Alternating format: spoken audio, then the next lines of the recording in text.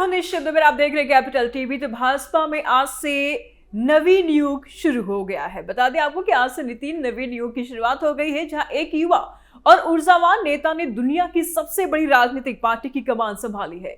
दिल्ली में भाजपा मुख्यालय में एक भव्य समारोह के दौरान प्रधानमंत्री नरेंद्र मोदी की गरिमामय उपस्थिति में नितिन नवीन को राष्ट्रीय अध्यक्ष घोषित किया गया।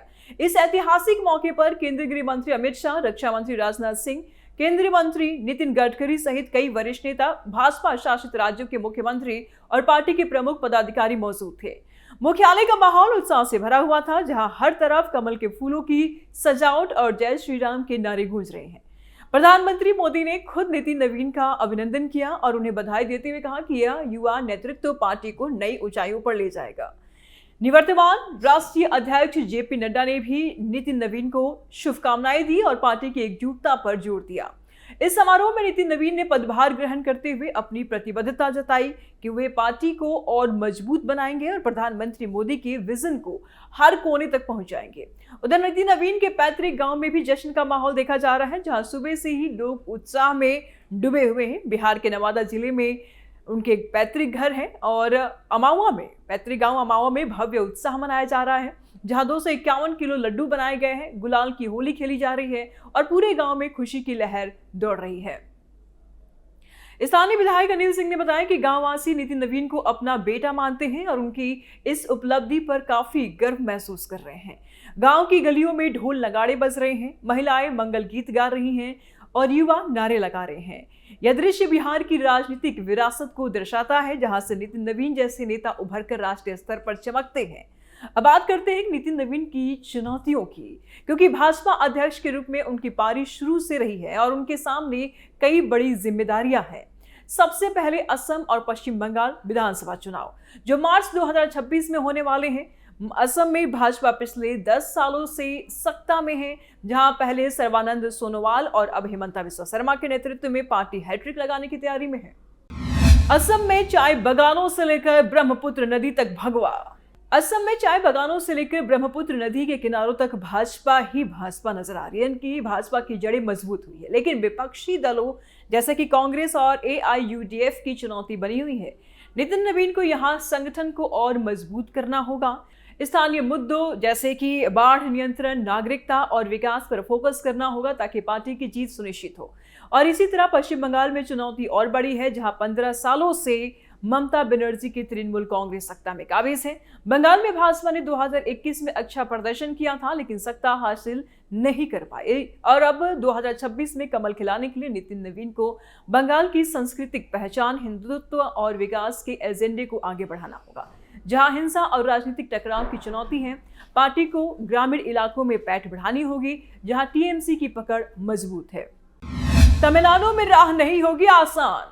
इसके अलावा तमिलनाडु, केरल, पुडुचेरी के चुनाव भी 2026 में हैं, जो दक्षिण भारत में भाजपा के विस्तार की परीक्षा लेंगे।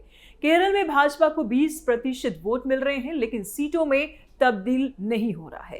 तिरुवनंतपुरम में मेयर बनने से पार्टी उत्साहित है, लेकिन कांग्रेस और लेफ्ट के बीच में तीसरी ताकत बनने के लिए नितिन नवीन को ईसाई और हिंदू समुदायों में पैठ बनानी होगी, जहां धार्मिक मुद्दे और विकास की बातें महत्वपूर्ण हैं। तमिलनाडु में DMK कांग्रेस गठबंधन 10 सालों से सत्ता में है, जहां भाजपा को AIDMK और अन्य दलों के साथ गठबंधन करके वापसी की कोशिश करनी होगी।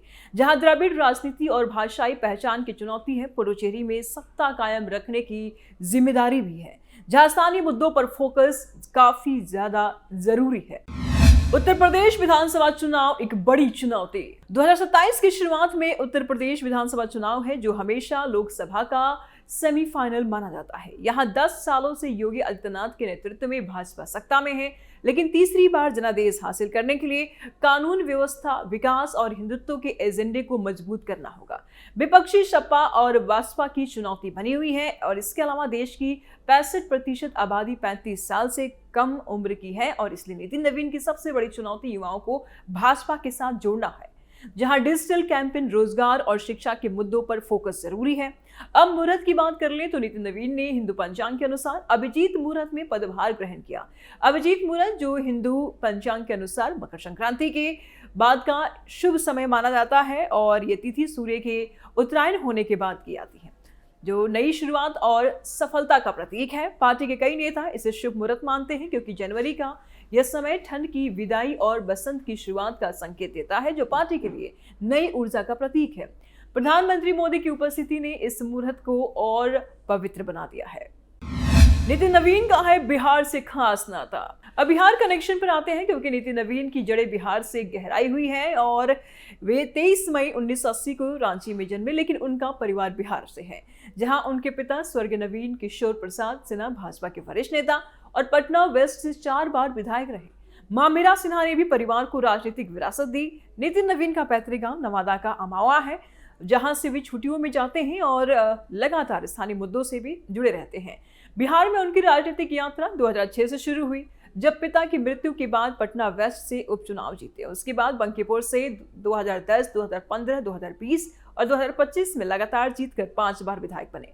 बिहार में वे भाजपा युवा मोर्चा के राज्य अध्यक्ष और राष्ट्रीय महासचिव रहे, जहां उन्होंने युवाओं को संगठित किया। नीतीश कुमार सरकार में वे सड़क निर्माण मंत्री, शहरी विकास, आवास और कानून मंत्री रहे, जहां पटना में इंफ्रास्ट्रक्चर विकास में योगदान दिया उन्होंने। बिहार कनेक्शन उन्हें पूर्वी भारत में मजबूत बनाता है, जहां जाति और विकास की राजनीति महत्वपूर्ण है। अब बात करते हैं अब तक के भाजपा अध्यक्षों के काम की, क्योंकि नितिन नवीन 12वें अध्यक्ष हैं और उन्हें विरासत संभाल ली है। एक से बढ़कर एक दिग्गजों ने संभाली पद। भाजपा की स्थापना 1980 में हुई, जब पहले अध्यक्ष अटल बिहारी वाजपेयी बने। वाजपेयी जी ने पार्टी को जनसंघ से अलग कर नई पहचान दी, जहां उन्होंने उदार हिंदुत्व और विकास का एजेंडा रखा। उनके नेतृत्व में पार्टी ने 1984 में सिर्फ 2 सीटें जीती, लेकिन उन्होंने आधार मजबूत किया, जो बाद में एनडीए गठबंधन और 1998 से 2004 की सरकार का आधार बना। वाजपेयी जी के कार्यकाल में परमाणु परीक्षण, स्वर्णिम चतुर्भुज योजना और पोखरण जैसे कदम उठे, जो भारत को मजबूत बनाए। उसके बाद 1986 से 1991 तक लाल कृष्ण आडवाणी अध्यक्ष बने, जिन्होंने राम मंदिर आंदोलन और रथ यात्रा से पार्टी को राष्ट्रीय स्तर पर पहुंचाया। आडवाणी जी ने हिंदुत्व को मुख्यधारा से लाया, जहां 1989 में 85 और 1991 में 120 सीटें जीती। वे 1993 और 1998 और 2004-2005 में फिर अध्यक्ष बने, जहां पार्टी की विचारधारा को मजबूत किए। फिर 1991-1993 में मुरली मनोहर जोशी अध्यक्ष रहे, जिन्होंने एकता यात्रा से कश्मीर से कन्याकुमारी तक एकता का संदेश दिया। जोशी जी ने शिक्षा और संस्कृति पर फोकस किया, जो बाद में मानव संसाधन मंत्री के रूप में दिखे।